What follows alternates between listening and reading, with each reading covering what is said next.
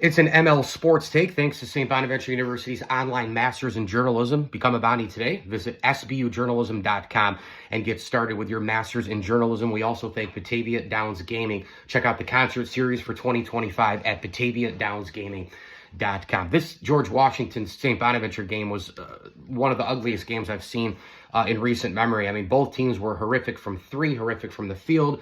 Bonaventure was awful from so many different aspects of basketball. They got crushed on the boards, and you really can see the mixing and matching of defenses with George Washington. They can come at you with a front line full court press. They can come at you with a back line D. They can pack it in. They can spread it out.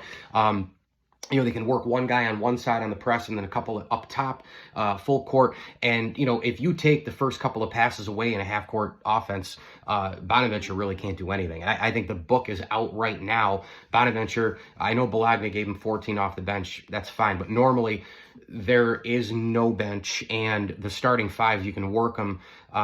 This was just Jones couldn't get touches in this game. Chance Moore couldn't get free, and then the 8 shots he took were he just was off. Bad decisions across the board. Bona continues to try to, I think, go up against 3 guys and somehow think that that's going to work. And then you come back the other way, and you're leaving guys open here and there as well. So the other part too is George Washington got to the line. They figured out a way to kind of maximize possessions, and they get 15 free throws. They make 13. St. Bonaventure only gets 6. They make 4. You think about that and go, well, there's 7 points right there in a double-digit loss. But your starters, 3 of which gave you really nothing. I mean, Hinton, Jones, and Moore did nothing in this game. Council was down. They kind of know how to defend him, even though he was relatively efficient from the floor. A couple of key turnovers, of course, because that's always happening these days. And Noel Brown, he went 7 of 17. He had 8 rebounds. He had 15 points. But again, he's still getting the ball too much. They have got to go down every time, it seems, and go, we have to give it to Brown. We have to give it to Brown. You don't have to give it to him every single time. It seems like they have to. There's something in every playbook. Every play of the playbook, like, got to give it to him, and I just don't understand why. And then bringing him out for all those high screens, like, can you do something else? It's just very frustrating right now. The other thing that I wanted to say quickly as I close is this student section thing is really bothering a lot of people, and I understand the NIL portal maybe has a little bit to do with it because students can't connect with players like they used to, and maybe there's not a 2-3 year classmate thing or whatever else, and support thing and this and that and the other thing. I'm here to tell you that other than that, there's no excuse for this student stuff. I don't care about noon tip-offs. I don't care about Super Bowl. I don't care about hangovers. I don't give a shit about any of this. If students don't want to go to the games and they want to be apathetic with the program, then they should revoke the privilege of the free ticket to go to the Riley Center.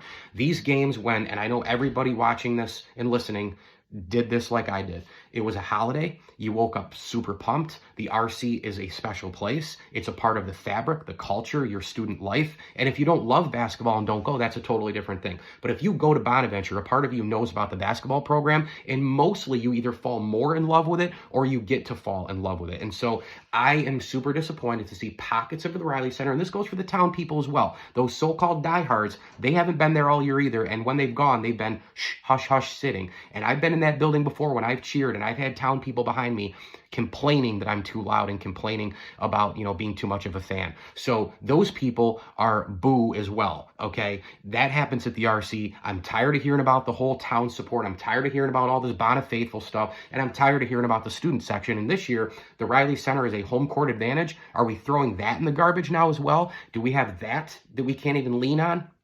That being one of our big X factors.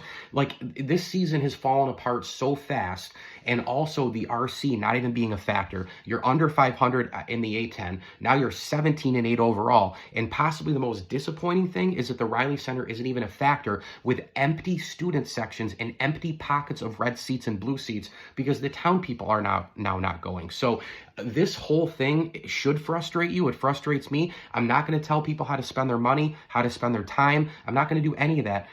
But it's only an arena that's under 6,000 people. I don't understand what the problem is. And again, the student body, you don't have to pay for these tickets. All the sports are free. D1 sports are free. You're seeing teams come in from all pockets of the country: soccer, lacrosse, basketball, swimming, every sport that's there. you can go for free. That is not something that happens everywhere else. This is a privilege, and it's super disappointing. The team's super disappointing right now, and that's really all I have to say. Mike Lindsley here, ML Sports Take, brought to you by our good friends at Batavia Downs Gaming and Western OTB. Please like this video and subscribe to my channel, and as I always tell you, enjoy the games. Not really.